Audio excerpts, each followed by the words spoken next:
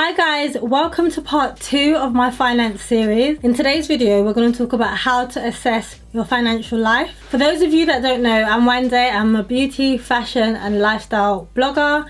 I also work in advertising industry and I have a permanent job and I dabble in a bit of social media. People have requested to know how I've been able to buy a house, open a salon, go on multiple long haul trips in a year, as well as save money and not be in debt. I also want to let you guys know that I'm not a financial advisor. I just want to share the tips that have worked for me over the years with you guys. Now that we've got all of that out of the way, let's assess your financial life. Now, one of the things that have always helped me to assess my financial life is to always use a debit card or use whatever card it is, just so that when you go back and you're tracking your finances, you can see exactly what you've spent your money on. Now, if you're always withdrawing cash, do you remember why you took £70 out of the cash machine 6 weeks ago?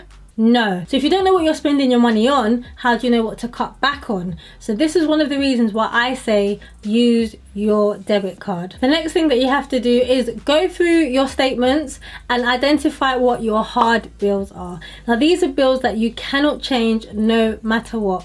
These are things like your rent, your mortgage, your council tax, your food, your creditors, and any other bills that you have to pay no matter what. Then what you're going to do is write a list of your soft bills, and these are bills like things for entertainment, clothes, eating out, personal maintenance.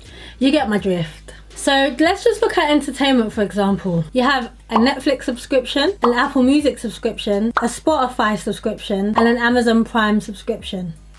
It's too much. Why do you have all 4 of them? So just with the subscriptions alone, all of your subscriptions come up to about £35 a month. Times that by 12, that's £420 a year. Do you need to be spending £420 a year on these things? That money could go to your savings. Think about it, you're spending £420 a year to listen to music and watch TV shows. Kind of expensive if you ask me. Now, I'm not saying going crazy and cancel every single subscription you've ever had, because trust me, you might live a very boring life, but why not think about sharing your subscriptions with some of your friends? So perhaps you get the Netflix and then she gets the Amazon Prime. You can use each other's accounts interchangeably and you have the benefits of 2 subscriptions for the price of 1. So now your bill has instantly gone from £420 a year to £95 a year. That's £300 a year saved in the bank. Sometimes you do need to have little celebratory victories, but does it have to be every single week, every single weekend?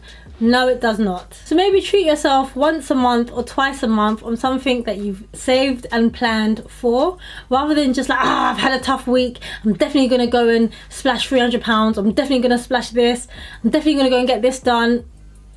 It's not needed. Plus, there are other ways that you can have great entertainment. Let's just say that this is someone's lifestyle. You go to the club, you pay £20 entry, you probably spend about £75 to maybe £150 for a dress. Oh, you know, you cannot get on public transport with those heels. So you're gonna spend £20 to £60 on a cab there. Oh, I'm back. Of course, you've had such a tough week and you don't want to look cheap. So you're gonna buy a couple of drinks, get drunk, have a good time. And that's probably gonna cost you anywhere between £20, if you're a cheapskate, to £100. And at the end of the night, you spent between £135 and £330.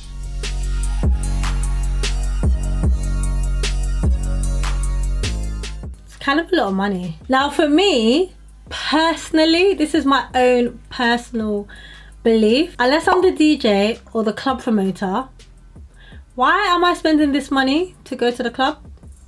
Why? And I'm not saying cut out the club altogether. Going out once in a while is fun, but maybe find different ways to have fun, because fun can be one of the most expensive ways that deplete your bank account. So maybe have a night in with your girls, for example. So you might cook for your friends, or you know what, you're just going to order a takeaway. Let's say it's about £20. And because you've done the cooking, you tell the girls to bring a drink, so it's not all on you. You've not had to spend any money to get anywhere because you're in your own house, so you've saved some money there. And all you've spent is £20. Nice and affordable. And that doesn't require a new outfit, a new hairstyle, a new dress. It doesn't require any of these things. Now granted, there's probably other things that you are going to end up spending money, but it's not going to be as much as a night out, and anything extra that you do spend, those things stay in your house anyway, so it's a win-win. So I gave you that example to just kind of kickstart the process of going through your bank statements and seeing where you're spending way too much money, and then you can just have a look and see what expenses you can reduce and what expenses you can't. Again, I cannot stress this enough. This is why it's important to always use your card to spend, because it allows you to go back and see what you're spending too much money on, as well as what you can make changes to. Another thing for me that really helped, and I have to be honest with you guys, it took me a few years to be able to get to a point where I was able to do this. So don't feel like if you can't do this right here, right now, then you're a failure, because that's not true. It took me a few years before I could get to this point. I did a little bit of research into the latest phone, iPhone XS. Now, if you got this phone on a contract, it would cost you about £300 up front, £60 a month for the phone and the line rental, and you probably have to have that phone for about 24 to 36 months. So at the end of the 36 months, you would have paid £2,160 for the phone. So 2,160 plus 300 equals £2,460. Bearing in mind, 3 years later, that phone is going to be old.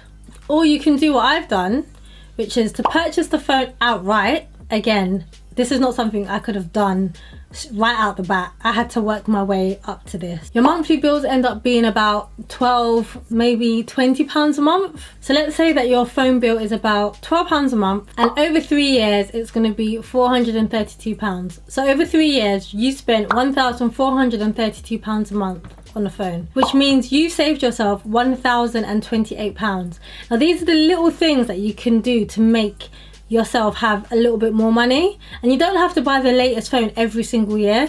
Before I purchased the iPhone XS, I had an iPhone 6, so I was about 3 or 4 years behind, but I didn't care because again, I knew my goal, I knew what I wanted to achieve. I've created an Excel spreadsheet to help you guys to assess your financial life. It helps you to go through your hard bills, it helps you to go through your soft bills, and to just make those adequate changes that need to be done. So sign up to my newsletter, which I'm going to leave a link below. If you haven't watched my last video, it's just about preparing your mindset and how to have a better mindset regarding money. I share loads and loads of tips, so if you missed that video, do go and watch it.